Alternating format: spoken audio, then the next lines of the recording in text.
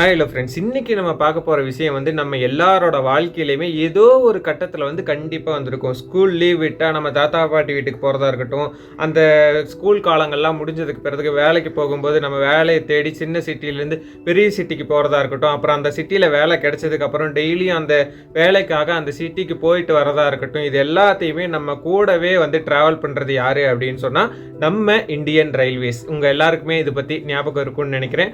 உலகத்தோட 4வது பெரிய ரயில்வே நெட்வொர்க் தான் நம்ம இந்தியன் ரயில்வேஸ். ஆனால் இந்தியாவை பொறுத்த வரைக்கும் இது போக்குவரத்தாவே நம்ம பார்க்கல. இதை ஒரு நம்ம எமோஷனா அப்படிதான் பார்த்துட்டு இருக்கோம். இன்னைக்கு இந்த வீடியோவில் இந்திய ரயில்வே எப்படி இயங்குது, இதோட ரயில்கள் எல்லாம் எங்க தயாரிக்கப்படுது, ஏன் இது இந்தியாவோட லைஃப் லைன், அதாவது உயிர் நாடி அப்படின்னு சொல்றாங்க, அதை பத்தி தான் இன்னைக்கு நம்ம டீட்டெயிலா சிம்பிளா நான் உங்களுக்காக எக்ஸ்பிளைன் பண்ண வந்திருக்கேன். நான் உங்கள் பிரபா சந்திரன், இது உங்கள் டாக்கிங் பிக்சர்ஸ். வாங்க வீடியோக்குள்ள போகலாம்.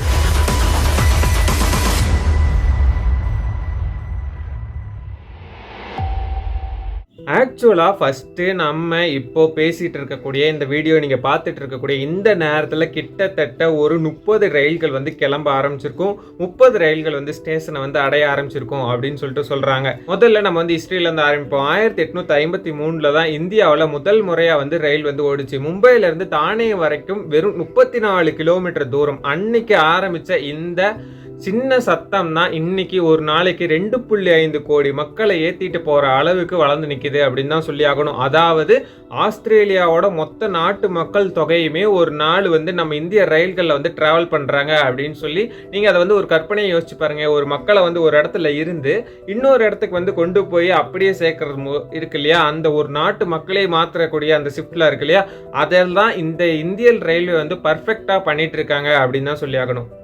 ஸோ இவ்வளோ பெரிய இந்த நெட்வொர்க்கை ஒரே இடத்துல இருந்து எல்லாருமே கட்டுப்படுத்த முடியாது இல்லையா, அதனால தான் இந்திய ரயில்வே இதை மொத்தம் 18 மண்டலங்களாக பிரிச்சிருக்காங்க. அதாவது 18 ஜோன்ஸ் அப்படின்னு சொல்லுவாங்க.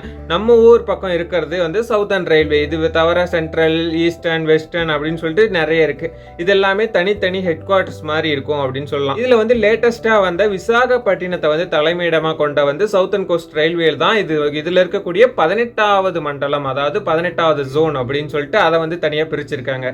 பட் ஆக்சுவலி நான் இதுக்கு முன்னாடி சொன்னதை விட இதுதான் ரொம்ப இன்ட்ரெஸ்டிங்கான பார்ட் அப்படின்னு தான் சொல்லி ஆகணும். இதில் நம்ம ஊர் சென்னை தான் இதில் கிங் அப்படின்னு தான் சொல்லி ஆகணும். ICF, அதாவது இன்டெக்ரல் கோச் ஃபேக்ட்ரி சென்னையில் தான் இருக்குது. அதாவது பெரம்பூரில் இருக்கக்கூடிய இந்த ஃபேக்ட்ரி தான் உலகத்துக்கே அதிகமான ரயில் பெட்டிகளை தயாரிக்கக்கூடிய ஒரு இடமாகவுமே இருக்குது. இன்னைக்கு நம்ம பார்க்கக்கூடிய இந்த வந்தே பாரத் இதெல்லாமே இருக்கு இல்லையா, இந்த ரயில்கள்ல இருந்து இந்த சாதாரண எக்ஸ்பிரஸ் ரயில்லாம் இருக்கு இல்லையா, அந்த ரயிலோட பாக்ஸ் இதெல்லாமே தயாரிக்கக்கூடிய இடம் சென்னையில் இருக்கக்கூடிய பெரம்பூரில் தான் இருக்குது. அதாவது நம்ம விஜய் அண்ணா போட்டு இட்ட அந்த பெரம்பூர் தொகுதியில தான் இந்த ரயில் ஃபேக்டரி எல்லாமே இயங்குது. அண்ட் ரெண்டாவது RCF, அதாவது ரயில் கோச் ஃபேக்டரி, அதாவது இது காபூர்தலா அப்படின்னு சொல்லப்படக்கூடிய பஞ்சாப் மாநிலத்தில் இருக்கக்கூடிய ஒரு நகரத்தில் இது இயங்குது. இந்த இடத்துலயுமே அதிக அளவு கோச்சுகள் தான் தயாரிக்கப்படுறது அப்படின்னு சொல்லிட்டு சொல்றாங்க. அண்ட் அடுத்து MCF மாடர்ன் கோச் ஃபேக்டரி அப்படின்னு சொல்லலாம். இது ரேபரேலி அப்படிங்கிற ஒரு இடத்துல இருந்து நடக்குது.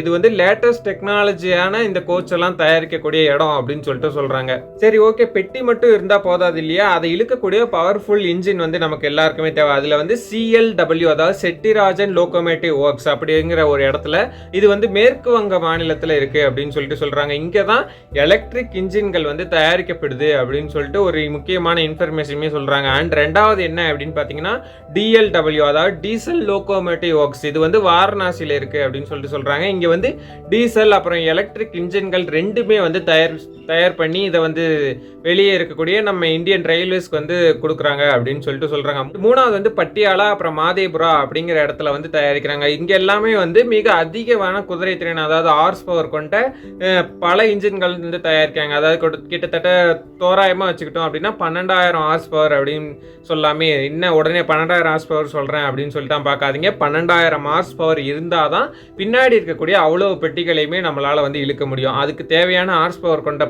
முக்கியமான அதிவேக ரயில்கள் எல்லாமே இங்க தயாரிக்கிறாங்க அப்படின்னு சொல்லிட்டு சொல்றாங்க. And also make in India திட்டத்தில் உருவான வந்தே பாரத் ரயில் பற்றி நம்ம கண்டிப்பாக பேசியே தான் ஆகணும். இது ஒரு ட்ரெயின் செட் வகை அப்படின்னு சொல்கிறாங்க. அதாவது இதுக்கு தனியாக இன்ஜின்ஸ் எல்லாம் கிடையாது. மெட்ரோ ரயில் மாதிரி எல்லா பெட்டிகளுக்கு அடியிலையுமே மோட்டார் இருக்கும். இதனால தான் வேகம் பிக்கப் ஆகும், அதே டைம் வேகம் நிற்கும் அப்படின்னு சொல்லிட்டு சொல்கிறாங்க. இது சென்னையில் இருக்கக்கூடிய ICFல உருவானது அப்படின்னு சொல்லும்போது தான் நம்ம தமிழனா நமக்கு ஒரு பெருமையுமே இங்கே கிடைக்குது அப்படின்னே சொல்லலாம். அண்ட் இங்கே தான் வந்து நம்ம எல்லாருக்குமே ஒரு மிகப்பெரிய டவுட்டுமே வருது. ஒரு நாளைக்கு வந்து கிட்டத்தட்ட தோராயமாக பார்த்தோம் அப்படின்னா கிட்டத்தட்ட ஒரு 13,000 ரயில்களுக்கு மேலே வந்து இந்தியா ஃபுல்லாகவே ஓடுது.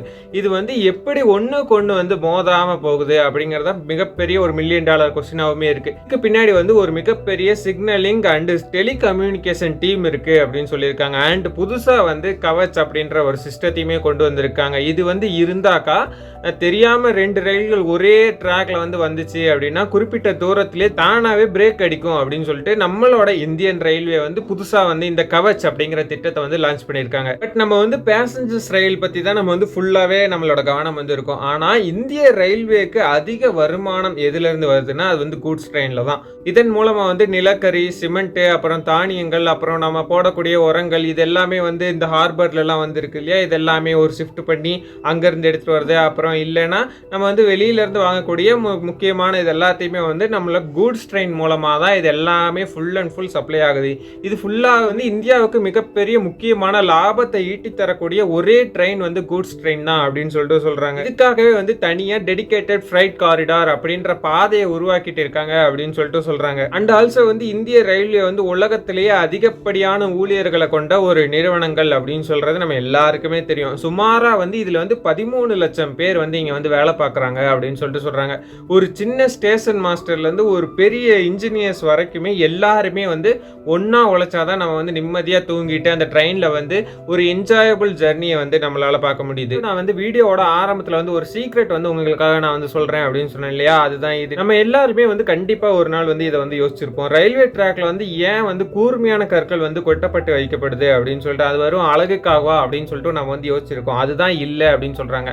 அந்த கற்களுக்கு பேர் வந்து பேலஸ்ட் அப்படின்னு சொல்றாங்க. ரயில் ஓடும்போது உருவாகக்கூடிய பயங்கரமான அதிர்வு, அந்த வைப்ரேஷன்ஸ்லாம் இருக்கு இல்லையா, அது எல்லாத்தையுமே அந்த எடையுமே தாங்கி பிடிக்கிறதே அந்த கற்கள் தான் அப்படின்னு சொல்லிட்டு சொல்றாங்க. அது மட்டும் இல்லாம ட்ராக்ல வந்து செடி முளைக்காம இருக்கவும், அதுக்கப்புறம் மழை பெஞ்சா வந்து தண்ணி வந்து தேங்காம டக்குன்னு அந்த தண்ணி வந்து வெளியேறதுக்கு தேவையான முக்கியமான உதவியுமே இந்த பேலஸ்ட் கற்கள் தான் வந்து சமப்படுத்தி இது எல்லாத்தையுமே ஒழுங்குபடுத்துறதும் அப்படின்னு சொல்லிட்டு சொல்றாங்க.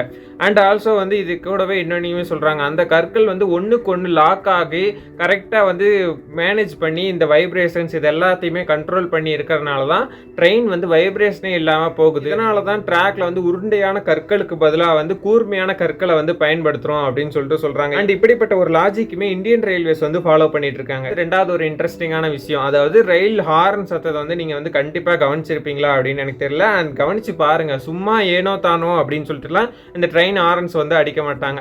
இதில் வந்து ஒரு குட்டி ஹார்ன் வந்து அடித்தாங்க அப்படின்னா ரயில் வந்து கிளம்ப வந்து தயாராகிடுச்சு அப்படின்னு அர்த்தம். அது ரெண்டாவது 2 டைம் வந்து குட்டி ஹார்ன் அடித்தாங்க அப்படின்னா வந்து சிக்னலுக்கு வெயிட் பண்ணுறாங்க அப்படின்னு சொல்லிட்டு அர்த்தம். அதுவே தொடர்ச்சியான நீளமான ஒரு ஹார்ன் அடித்தாங்க அப்படின்னா நம்ம வந்து ஒரு ஸ்டேஷனில் இருக்கோம் அப்படின்னா அந்த இடத்துல வந்து ட்ரெயின் வந்து ஃபாஸ்ட்டாக ஹார்ன் அடிச்சுட்டே வருதுன்னா அது வந்து அந்த ஸ்டேஷனில் நிற்காது. நீங்கள் எல்லாம் ட்ராக்ல இருந்து கொஞ்சம் பின்னாடி தள்ளி எல்லோ கோட்டுக்கு பின்னாடி நில்லுங்க அப்படின்னு சொல்லிட்டு ஒரு வார்னிங்கையுமே கொடுக்கறதுக்கு தான் அந்த 3வது ஹார்னையுமே அடிக்கிறாங்க. இதில் வந்து இன்னொரு முக்கியமான விஷயமே இருக்குது. நம்ம பார்க்கக்கூடிய இந்த PNR நம்பர்ஸ், அதாவது ட்ரெயின் டிக்கெட்ஸ் எல்லாம் இருக்கும் இல்லையா, இதில் வந்து இதெல்லாம் வந்து வெறும் நம்பர் கிடையாது அப்படின்னு சொல்லிட்டு சொல்கிறாங்க. இதில் வந்து நீங்கள் எந்த ஊரில் இருந்து கிளம்புறீங்க, எந்த ஜோன் வழியாக போகிறீங்க, உங்கள் கோச் என்ன அப்படின்னு சொல்லிட்டு எல்லா டேட்டாவுமே ஒளிஞ்சிருக்கு அப்படின்னு சொல்லிட்டு சொல்கிறாங்க. ஸோ இந்தியாவில் வந்து ஒரு நாளைக்கு லட்சக்கணக்கான டிக்கெட் வந்து புக் ஆனாலும் ஒருத்தரோட PNR வந்து இன்னொருத்தருக்கு வராமல் இருக்கிறதுக்கு பின்னாடி வந்து ஒரு செம்ம அல்கோரிதம் இருக்குது அப்படின்னு சொல்லிட்டு சொல்கிறாங்க. அது மட்டும் இல்லாமல் இது வந்து இந்தியாவோட ரயில்வேவோட IT விங்கோட ஒரு மிகப்பெரிய ஒரு டெக்னாலஜியுமே ஃபாலோ பண்ணிட்டு இருக்கோம் அப்படின்னு சொல்லிட்டு சொல்கிறாங்க. ஸோ ஃப்ரெண்ட்ஸ், இதுதான் இந்திய ரயில்வேவோட மிகப்பெரிய பிரம்மாண்டம்.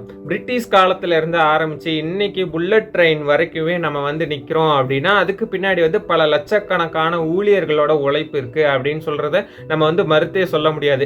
நீங்க வந்து ரயில்ல டிராவல் பண்ணும்போது உங்களுக்கு மறக்க முடியாத அனுபவம் ஏதாவது இருந்தது அப்படின்னு சொன்னா நீங்க வந்து கமெண்ட் செக்ஷன்ல வந்து கமெண்ட் பண்ணுங்க. அண்ட் ஆல்சோ வந்து இப்போ நீங்க வேலைக்கெல்லாம் போவீங்களா, அந்த வேலைக்கு போகும்போது நான் வந்து ட்ரெயின்ல தொங்கிட்டு போயிருக்கேன், அந்த அனுபவம்லாம் எனக்கு இருக்கு அப்படின்னு சொன்னா நீங்க வந்து கண்டிப்பா கமெண்ட்ஸ் பண்ணுங்க, நானும் தெரிஞ்சுக்கிறேன். அன்டில் தென் இன்னொரு முக்கியமான வீடியோவில் வந்து நான் உங்களை சந்திக்கிறேன். Until then signing off your Prabhas Ravindran. இது உங்கள் டாக்கிங் பிக்சர்ஸ். நன்றி.